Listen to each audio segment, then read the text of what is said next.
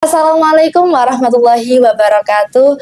Kembali lagi bersama saya Mazidah Lailatul Yumna di edisi podcast khusus Ramadan kali ini bersama Ustadzah Mei yang akan membahas seputar bagaimana cara menjaga kesabaran di bulan Ramadan. Teman-teman, sebagaimana yang kita ketahui bahwa puasa mengajarkan kita tidak hanya untuk menahan lapar dan haus, akan tetapi juga menahan kesabaran, menahan godaan hawa dan nafsu. Nah, kali ini bagaimana cara menjaga kesabaran kita di bulan Ramadan ini bagi generasi zaman sekarang, Ustadzah. Karena generasi zaman sekarang ini moodnya gampang naik turun, disenggol dikit marah. Berarti kan itu kurang sabar ya, Ustadzah. Bisa dijawab. Oke, terima kasih. Assalamualaikum warahmatullahi wabarakatuh. Waalaikumsalam. Terima kasih Mbak Mazidah. Ini tema yang diambil ini luar biasa. Karena memang di Ramadan kali ini banyak sekali tantangan-tantangan yang harus kita hadapi. Utamanya bagi Gen Z begitu ya, Gen Z. Dimana di luar sana itu kita ketahui bagaimana kondisi-kondisi masyarakat yang luar biasa yang itu bisa berpengaruh terhadap puasa kita, terhadap ibadah di bulan Ramadan kita. Nah, kalau tadi disampaikan sama Mbak Mazidah, gimana Ustazah caranya menjaga kesabaran di bulan Ramadan ini khususnya bagi Gen Z? Saya pikir tidak bagi Gen Z saja ya, kita yang generasi milenial, bahkan generasi sebelum milenial, itu saya pikir ya juga harus menjaga kesabaran di dalam menjalankan ibadah di bulan Ramadan. Kita ketahui bahwa ada hadis yang mengatakan bahwa separuh dari puasa itu adalah kesabaran. Ini maksudnya apa? Coba kita analisa, mulai dari kita bangun pagi di bulan Ramadan ini, sampai kemudian kita menjalankan buka puasa. Pagi yang seharusnya kita masih tidur, kita diminta untuk sahur. Kira-kira jam 3, setengah 3, begitu ya. Ini kalau tidak dengan modal kesabaran, nggak mungkin kita bisa melakukan sahur. Padahal sahur ini adalah sebuah kesunahan. Begitu ya? Kemudian setelah kita ada batas imsak. Jadi imsak itu mulai kita harus meninggalkan hal-hal yang kita tidak diperbolehkan di dalam berpuasa. Mulai makan, minum, bahkan kalau kita sudah bersuami istri tidak boleh melakukan hal-hal hubungan suami istri, sampai kemudian kita berbuka. Nah, mulai imsak, katakanlah imsak jam 4, sampai nanti baru jam 6 kita harus menahan lapar, dahaga, kita tidak boleh kemudian menggunjing, ngerasani, begitu ya.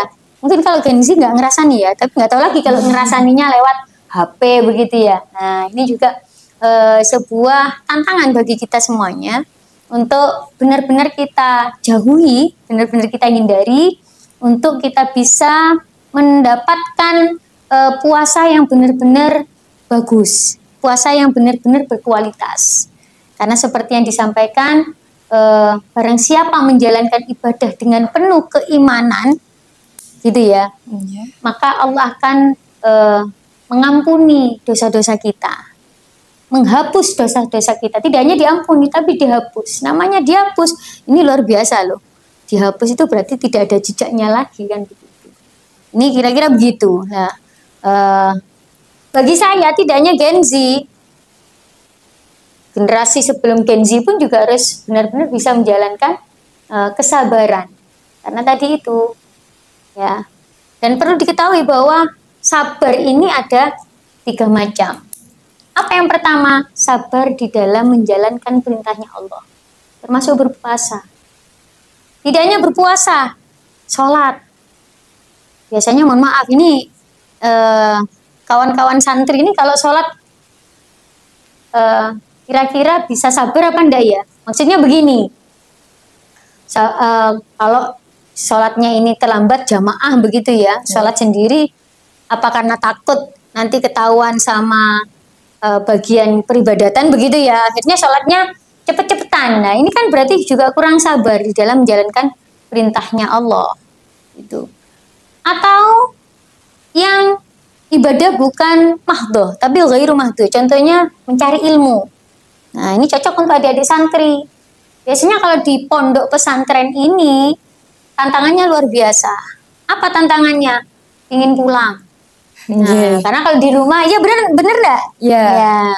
Mungkin Mbak Mazidah bagian dari mereka atau tidak? Saya bagian dari mereka. Bagian dari mereka. Kepinginnya pulang, gitu ya. Karena apa? Di rumah bisa main HP. Kalau di pondok kan tidak bisa main HP, ya. Nah, sehingga apa? Butuh kesabaran untuk benar-benar bisa menjalankan ibadah ghairu mahdoh dalam bentuk menuntut ilmu. Kan gitu. Tidak hanya itu, ya. Ketika kita mendapatkan materi-materi yang sulit, ini banyak materi-materi yang sulit yang ditantang oleh santri-santri. Contohnya apa? Menghafalkan. Ini juga kalau tidak sabar, ziyadah Qur'annya juga akan sulit, kan begitu ya. Kemudian nahwu sorof, ini juga tantangan. Bulet saja tidak hafal-hafal. Kemudian banyaklah saya pikir, termasuk bagaimana kita benar-benar sabar di dalam menuntut ilmu. Ini juga salah satu kesabaran, tidak hanya melaksanakan ibadah puasa, sholat, tapi ternyata ibadah ghairu mahdoh seperti menuntut ilmu juga perlu kesabaran. Ya, begitu Mbak. Ya, harus memiliki kesabaran untuk menjalani ibadah di bulan Ramadan ini. Iya, pastinya itu. Kalau tadi kita tidak sabar, ya itu tadi. Di tengah-tengah perjalanan, ketika kita menjalankan puasa, mokel. Lah ini kan berarti kesabaran kita tidak terlaksana, kan gitu. Padahal menjalankan ibadah puasa ini ada waktunya. Mulai dari imsak, mulai dari terbitnya fajar, sampai terbenamnya matahari. Kalau kita tidak sabar, ya itu tadi, tergoda. Apalagi melihat ada yang lagi minum es.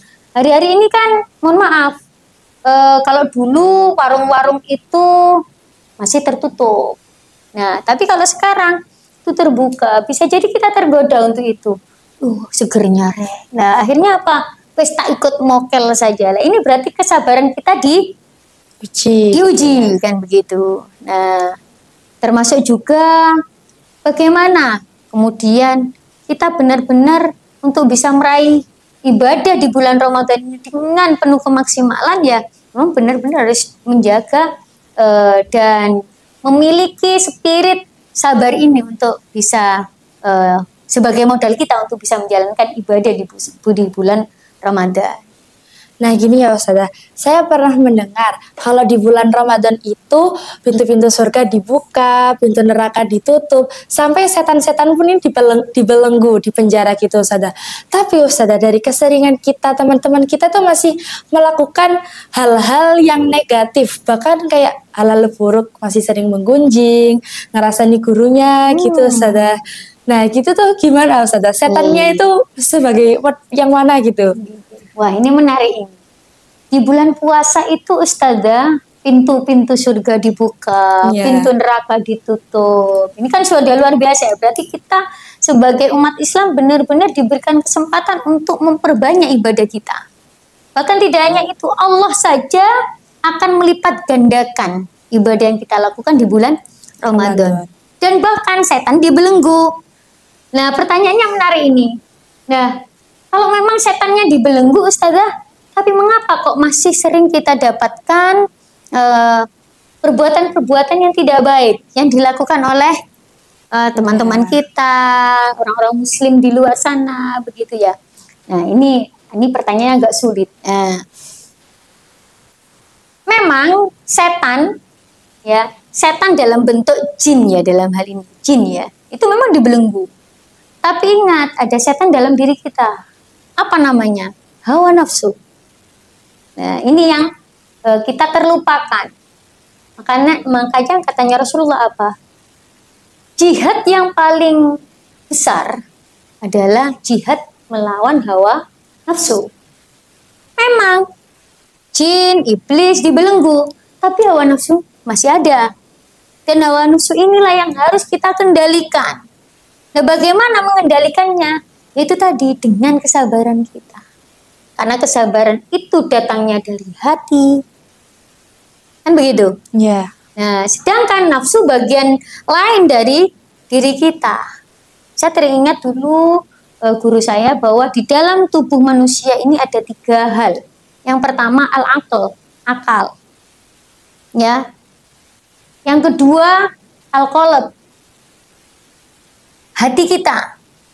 Yang ketiga an-nafs, nafsu kita. Lah, nafsu inilah yang harusnya bisa dinetralisir oleh hati kita dan pikiran kita. Kita tahu, oh menggunjing itu gak baik. Ngerasani guru itu tidak baik. Tapi terkadang hati kita kalah. Yang menang apa? Nafsunya. Jangan ustaz dari kuno kayak ujian angel-angel. Aku ora iso lah. Kan begitu. Kembali lagi, ini adalah setan yang ada di dalam diri kita.